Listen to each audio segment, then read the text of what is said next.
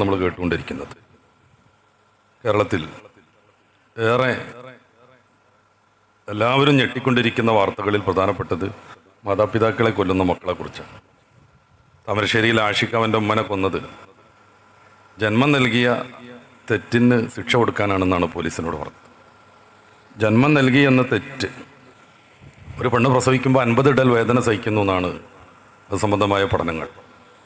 നല്ല ആരോഗ്യമുള്ളൊരു മനുഷ്യൻ, ചെറുപ്പക്കാരന് പോലും 45-46 ഇടൽ വേദനയെ സഹിക്കാൻ പറ്റൂ, അല്ലെങ്കിൽ ബോധം കെട്ടുപോകും.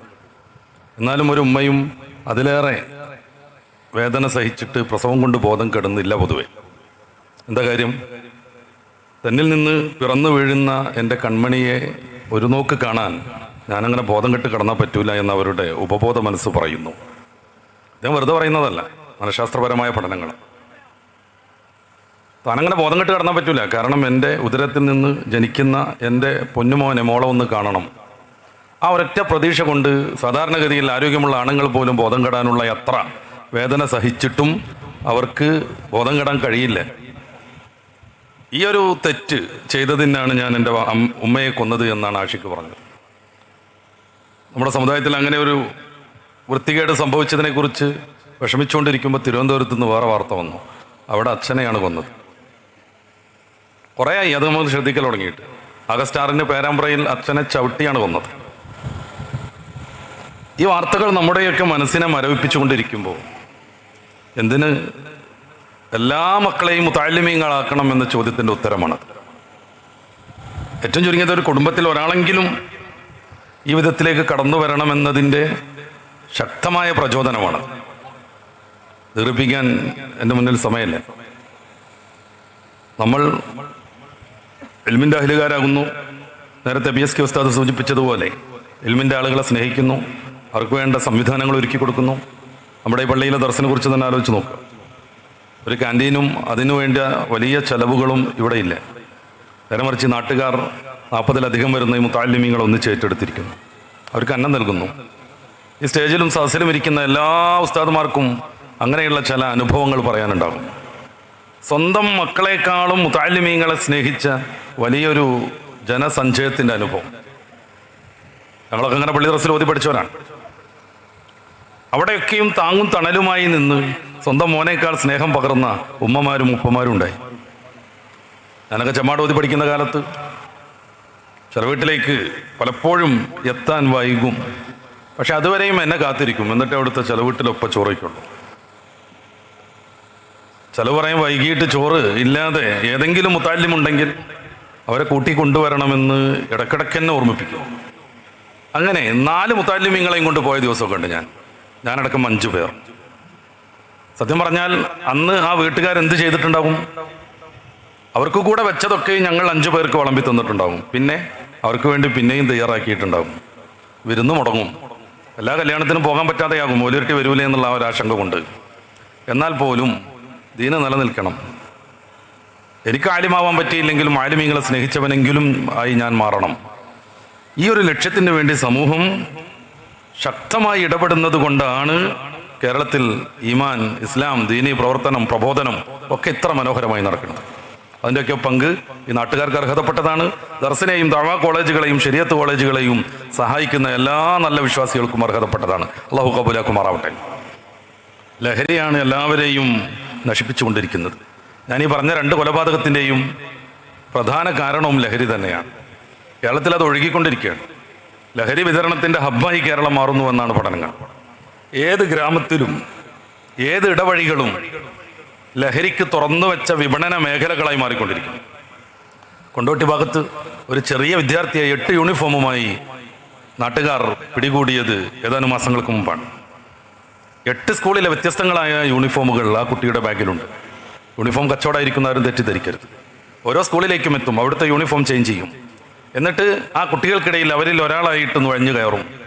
അവരിൽ നിന്ന് സ്ഥിരമായി വാങ്ങുന്നവരും പുതിയ കസ്റ്റമേഴ്സിനെയും കണ്ടെത്തി അവർക്ക് കഞ്ചാവ് വിൽപ്പന നടത്തും. പിന്നെ അവിടെ നിന്ന് ഇറങ്ങും, മറ്റൊരു സ്കൂളിലേക്ക് എത്തും, അവിടുത്തെ യൂണിഫോം മാറ്റും. യൂണിഫോം ഇടാതെ ചെന്നാലോ വേറൊരു സ്കൂളിലെ യൂണിഫോം ഇട്ട് ചെന്നാലോ പെട്ടെന്ന് അവനെ തിരിച്ചറിയാൻ പറ്റും. അതില്ലാതിരിക്കാൻ വേണ്ടി ഒരു തലമുറ ഇത്രമേൽ നശിക്കാൻ പാടുണ്ടോ എന്നതിനെക്കുറിച്ച് നമ്മൾ ആലോചിക്കും. അങ്ങനെ പരസ്യമായൊരു വേദിയിൽ പറയാൻ പറ്റുമെന്ന് എനിക്കറിയില്ല. എന്നാലും ധാരാളം സഹോദരന്മാരും രക്ഷിതാക്കളും ഉമ്മമാരുമുള്ള ഈ ഒരു അവസരം അത് പറയാൻ ഉപയോഗപ്പെടുത്തണമെന്ന് എൻ്റെ മനസ്സ് പറയുന്നു. കണ്ണൂർ സെൻട്രൽ ജയിലിൽ വർഷങ്ങളോളം സൂപ്രണ്ടായി സേവനമനുഷ്ഠിച്ച ഉദ്യോഗസ്ഥൻ ഈയിടെ വിരമിക്കുകയുണ്ടായി. അദ്ദേഹത്തോട് കേരളത്തിലെ പ്രസിദ്ധ സഞ്ചാരക്കാരൻ സന്തോഷ് ജോർജ് കുളങ്ങര നടത്തിയ ഒരു ഇൻ്റർവ്യൂ യൂട്യൂബിൽ ലഭ്യമാണ്. അദ്ദേഹം ചോദിക്കുന്നുണ്ട്, ജയിൽ പുള്ളികളെ, പ്രതികളെ, കുറ്റവാളികളെ മതം എന്ന രീതിയിൽ ഇങ്ങനെ ക്ലാസിഫൈ ചെയ്യാൻ പറ്റുമെന്ന്, ഗ്രൂപ്പ് തിരിക്കാൻ പറ്റുമെന്ന്. ആ സമയത്ത് ആ ഉദ്യോഗസ്ഥൻ പറയുന്നത്, കഞ്ചാവ്, മയക്കുമരുന്ന്, മദ്യം പോലെയുള്ള മാരകമായ വസ്തുക്കൾ ഉപയോഗപ്പെടുത്തി പ്രശ്നങ്ങളുണ്ടാക്കി ക്രൈം സൃഷ്ടിച്ച് ജയിലിലേക്ക് എത്തുന്നവർ ഭൂരിപക്ഷവും മുസ്ലിം സമൂഹമാണെന്ന്. മലബാർ മേഖലയിലാണ് കണ്ണൂർ, അവിടെ മുസ്ലിങ്ങൾ കൂടുതലുണ്ട്. നമ്മുടെ ഭാഗത്തൊക്കെയുള്ള ആളുകളെയും വലിയ കേസിന് അങ്ങോട്ട് കൊണ്ടുപോവുക. അപ്പം നമ്മുടെ മെജോറിറ്റി അനുസരിച്ചായിരിക്കും പ്രതികൾ കൂടിയത് എന്ന് ആശ്വസിക്കുന്നതിൻ്റെ മുമ്പ് ഇത്തരം കേസുകളിൽ ഒരൊറ്റ മുഅ്മിൻ പോലും അകപ്പെടാൻ പാടില്ലാത്ത വിധം സുശക്തമാണ് നമ്മുടെ ദർശനം, നമ്മുടെ ആദർശം, നമ്മുടെ ദഅവത്ത്.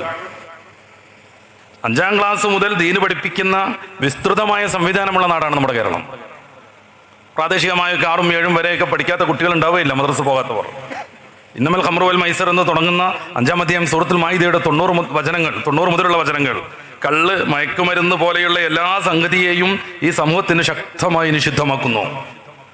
ആ വചനത്തിന്റെ അവസാന ഭാഗം അവതരിക്കുമ്പോൾ മദീനയിലൂടെ മദ്യത്തിന്റെ പുഴകൾ ഒഴുകിയെന്ന് ചരിത്രം. ഫൽഅൻതും മുൻതഹൂൻ, വിരമിക്കുന്നില്ലയോ നിങ്ങൾ എന്ന് ഖുർആൻ ചോദിക്കുമ്പോൾ ഇന്തഹൈനാ യാ റബ്ബ്, ഇന്തഹൈനാ യാ റസൂൽ എന്നും പറഞ്ഞിട്ട് മദീനയിലൂടെ മദ്യത്തിൽ മാത്രം ജീവിച്ചിരുന്ന സമൂഹം ആഘോഷ നൃത്തം ചവിട്ടി എന്ന് ചരിത്രം. വീപ്പകൾ അവർ കുത്തിപ്പൊട്ടിച്ചു. അബ്ദുല്ലാഹി ഇബ്നു ഉമർ റളിയല്ലാഹു അൻഹു നിവേദനം ചെയ്യുന്നുണ്ട്, മുത്തറസൂൽ എന്നെയും കൂട്ടി പോന്നു, കറിക്കത്തി കയ്യിൽ കരുതാൻ പറഞ്ഞു. അങ്ങനെ വിൽപ്പനയ്ക്ക് വെച്ച ഓരോ മദ്യത്തിന്റെ വലിയ വലിയ കാനുകളും ഞാനിങ്ങനെ കുത്തിക്കീറി മദ്യം ഒഴുക്കിക്കൊണ്ടിരുന്നു എന്ന്. ഇതാണ് ഇസ്ലാമിന്റെ രീതി, ഇതാണ് ഇസ്ലാമിന്റെ ശൈലി. ഒരാൾ പോലും ജയിലിൽ പോകാൻ പാടില്ലാത്ത ഈ സമൂഹത്തിൽ ഭൂരിപക്ഷം മയക്കുമരുന്ന്, മദ്യക്കേസുകളും മുസ്ലിം സമൂഹത്തിൽ നിന്ന് വരുന്നു എന്ന് ജയിലിൽ നിരവധി വർഷം സേവനം ചെയ്ത ഒരു ഉദ്യോഗസ്ഥൻ പറയുന്നുവെങ്കിൽ നമുക്ക് എവിടെ പഴക്കണത് എന്നുള്ളതിനെ കുറിച്ച് ആലോചിക്കാൻ ഈ വേദി നമ്മൾ ഉപയോഗപ്പെടുത്തുക. പല ഉസ്താദന്മാരും പറഞ്ഞതുപോലെ റജബിന്റെ വിശുദ്ധമായ രാത്രിയിൽ എങ്ങനെയാണ് ആത്മീയമായി സമൂഹത്തെ ഉദ്ധരിക്കുക എന്നതിനെക്കുറിച്ച് ഏതെങ്കിലും ആളെ മുന്നിൽ കണ്ടല്ല, നമ്മളെ സ്വന്തം കണ്ട്, നമ്മുടെ മക്കളെ കണ്ട്, നമ്മുടെ പൗത്രരെ കണ്ട്, നമ്മുടെ വീടകങ്ങളെ, പെണ്ണുങ്ങളെ കണ്ട് അവരെയൊക്കെ എങ്ങനെയാണ് സമുദ്ധരിക്കുക എന്നതിനെക്കുറിച്ച് ഉറക്കെ ആലോചിക്കണം നമ്മൾ. എല്ലാ തോന്നിവാസവും, എല്ലാ കോപ്രാട്ടിത്തരവും, എല്ലാവിധ കോമാളിത്തങ്ങൾക്കും വേണ്ടി മാത്രം ഒരു സമൂഹം. ഇതെങ്ങനെ സംഭവിക്കുന്നു? അൻതുമുൽ അഅലൂൻ എന്നാണ് പരിശുദ്ധ ഖുർആൻ നമ്മളെ കുറിച്ച് വിശേഷിപ്പിക്കുന്നത്. നിങ്ങളാണ് ഉന്നതന്മാർന്ന്. അത് കേവലം ഖുർആനിന്റെ ഒരു പ്രവചനമല്ല, ഒരു വർത്തമാനമല്ല, ചരിത്രം അത് നമ്മെ സാക്ഷീകരിക്കുന്നുണ്ട്. നെഹ്റു അദ്ദേഹത്തിന്റെ വിശ്വചരിത്രാവലോകനത്തിൽ എഴുതിയതുപോലെ യൂറോപ്യന്മാർ കക്കപെറുക്കി ജീവിതം മുന്നോട്ട് കൊണ്ടുപോയിരുന്ന കാലം. രാവിലെ ഇറങ്ങും പുഴക്കരയിൽ, കക്ക പെറുക്കിക്കൊണ്ടിരിക്കും, അതുകൊണ്ട് വിഭവം ഉണ്ടാക്കും, അത് തിന്നും, വൈകും, രാത്രിയാകും, കടന്നുറങ്ങും, പിറ്റേ ദിവസവും ഈ ചക്രം ആവർത്തിച്ചുകൊണ്ടിരിക്കും. അതിനപ്പുറം പഠനങ്ങളില്ല, അതിനപ്പുറം ഗവേഷണങ്ങളില്ല. ഈ ഒരു സമയത്ത് ആ ശാസ്ത്രത്തിന്റെ ഏറ്റവും വലിയ ഉത്തുംഗതയിൽ വിരാജിച്ചിരുന്നു മുസ്ലിങ്ങൾ എന്ന് നെഹ്റു പറയുന്നുണ്ട്. നമ്മുടെ MP ആയിരുന്ന MP വീരേന്ദ്രകുമാറിന്റെ ഡാനൂബ് സാക്ഷി എന്ന പുസ്തകത്തിന്റെ അവസാനം 135 പേജുകൾ ഈ മുസ്ലിം സമൂഹം ലോകത്തിന് നൽകിയ ശാസ്ത്രീയ സംഭാവനയെ കുറിച്ചാണ്.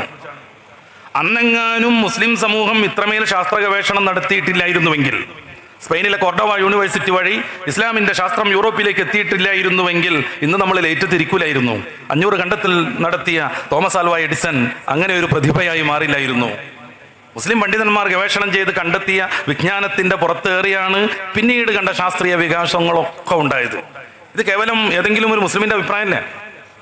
ലെനിൻ പറഞ്ഞിട്ടാണ് KM റോയി ഇസ്ലാമിന്റെ ചരിത്രപരമായ പങ്ക് എന്ന പുസ്തകം ഉണ്ടാക്കുന്നത്. ലെനിൻ എന്നൊക്കെ പറഞ്ഞാൽ നമ്മൾ പണ്ടേ കേട്ട് തുടങ്ങുന്ന മാർക്സിസ്റ്റ് സ്ഥാപകാചാര്യന്മാരിൽപ്പെട്ട ഒരാൾ.